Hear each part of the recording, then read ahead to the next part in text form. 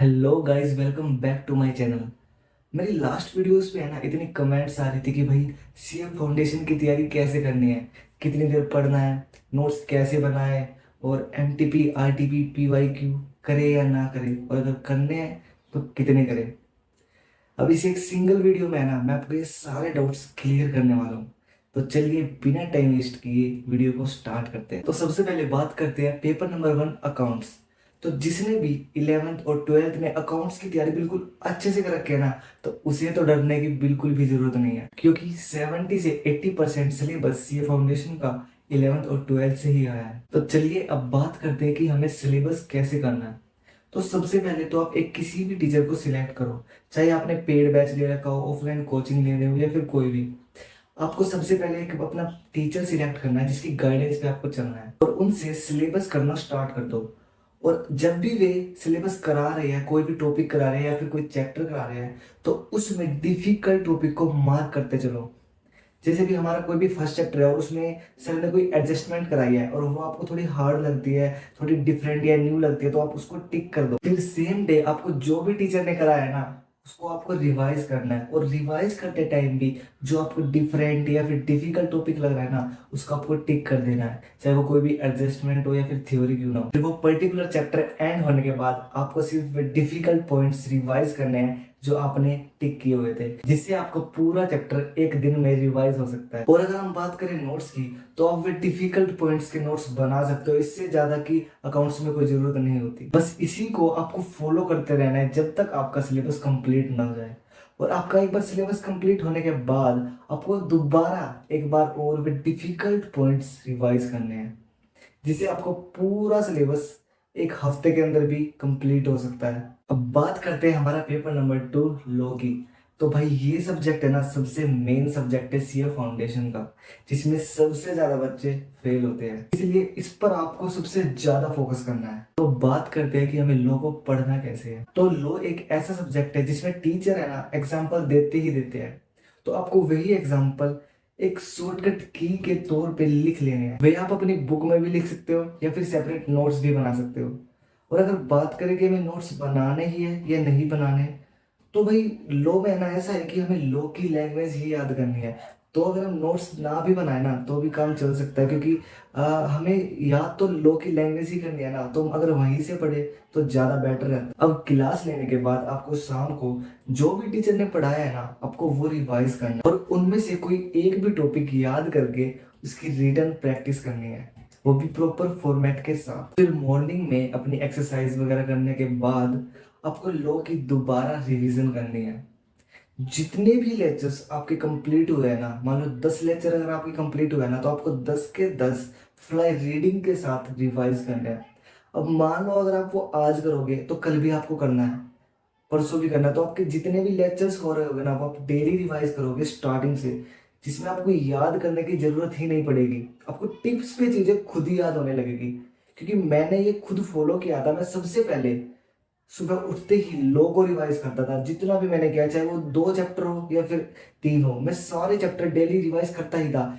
पर आपको वो फ्लाई रीडिंग के साथ रिवाइज करने हैं, जिससे आपको टॉपिक को लर्न करने की दोबारा जरूरत नहीं पड़ेगी, वे खुद ही याद होते चले जाएंगे। बस आपको लो में ये 2 काम जरूर करने हैं, एक शाम को क्लास लेने के बाद रिवीजन करनी है एक क्वेश्चन के साथ, और सुबह उठने के बाद बस फ्लाई रीडिंग करनी है जितना भी आपने लेक्चर्स कंप्लीट किया है। बस ये 2 काम ही है ना, आपके लो के डर को बिल्कुल खत्म कर दे। और दूसरी बात, अगर आपको 60 प्लस मार्क्स चाहिए ना, तो सेक्शन जरूर याद करना, क्योंकि भाई सेक्शन है ना, टीचर्स कहेंगे कि भाई ज़्यादा इंपॉर्टेंट नहीं है, पर मैं सजेस्ट करूंगा कि सेक्शन जरूर याद करना है, क्योंकि मेरे मार्क्स है ना सेक्शन की वजह से जरूर जरूर जरूर कटे हैं। अब मेरी प्लेलिस्ट में जाके भी मेरी लॉ की सर्टिफाइड कॉपी चेक कर सकते हो, जिसमें मैंने आपको दिखाया है कि कैसे मार्क्स काटे गए हैं। तो अब बात करते हैं हमारे पेपर नंबर 3, मैथमेटिक्स की। तो मैथ्स की तैयारी भी है ना आपको अकाउंट्स की तरह ही करनी है। अगर टीचर आपको कोई भी टॉपिक या फिर कोई क्वेश्चन करा रहा है ना, और अगर आपको वो हार्ड लगता है तो आपको वो टिक कर लेना। फिर चैप्टर एंड होने के बाद आपको वही क्वेश्चन जो आपने टिक किया है उनको रिवाइज करने हैं।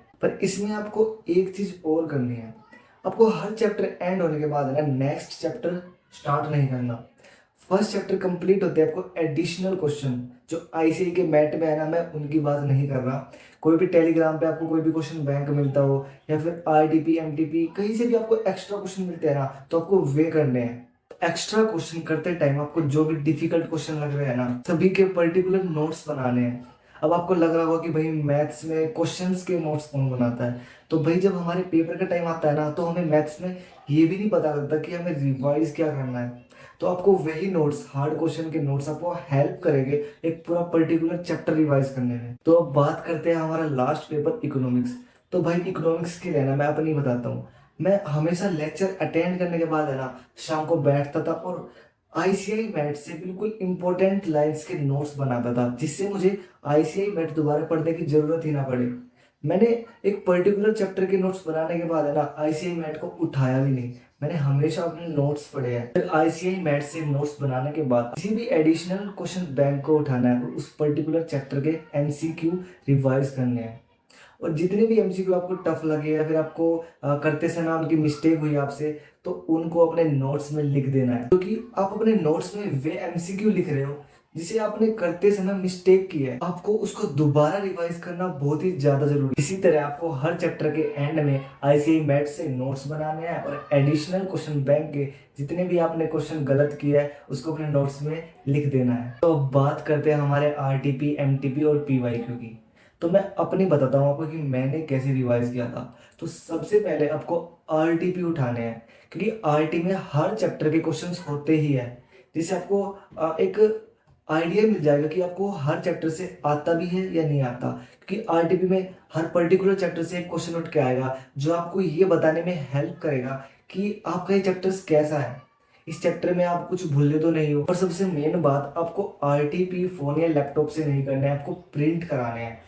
क्योंकि जब आप आरटीपी का क्वेश्चन कर रहे होगे ना, तो आपको जितने भी क्वेश्चन में डिफिकल्टीज आई है ना, जितने भी पॉइंट्स में डिफिकल्टी है उसको टिक करना है। अब आप ये सोच रहे हो कि बार बार मैं टिक की बात क्यों कर रहा हूँ, क्योंकि भाई हमें एक्चुअल में लास्ट में रिवीजन क्या करना है, वही तो रिवीजन करना है ना जो हमें नहीं आता, जिसमें हमें डिफिकल्टी हुई थी। अब जो हमें पहले से ही आता है, अगर हम वो रिवीजन करने बैठेंगे ना, तो भाई मतलब ज़्यादा रिवीजन नहीं हो पाएगी। पर अगर हम एक्चुअल में जिसमें हमें डिफिकल्टीज आई थी ना, अगर हम उन पॉइंट्स को रिवाइज करेंगे तो हमारी रिवीजन बिल्कुल अच्छे से हो सकती है। तो इसलिए आपको आरटीपी प्रिंट कराना है और जितने भी क्वेश्चन में, उस क्वेश्चन के अंदर भी कुछ टॉपिक होता है, सिर्फ जैसे अकाउंट्स में एक छोटी सी एडजस्टमेंट है जिसमें आपको डिफिकल्टी हुई है, तो सिर्फ आपको उस एडजस्टमेंट में टिक कर देना है बस। पेपर से पहले जो एक दो दिन होता है, हमारा 1.5 दिन होता है, उसमें आपको वही टिक किए गए पॉइंट्स को ही रिवाइज करना है। आपकी जो प्रॉब्लम होती है ना कि भाई 1.5 दिन में सिलेबस कितना रिवाइज करें, तो भाई आपका सिर्फ ये एक ही सॉल्यूशन है कि आप इंपॉर्टेंट पॉइंट्स को टिक करते चलो,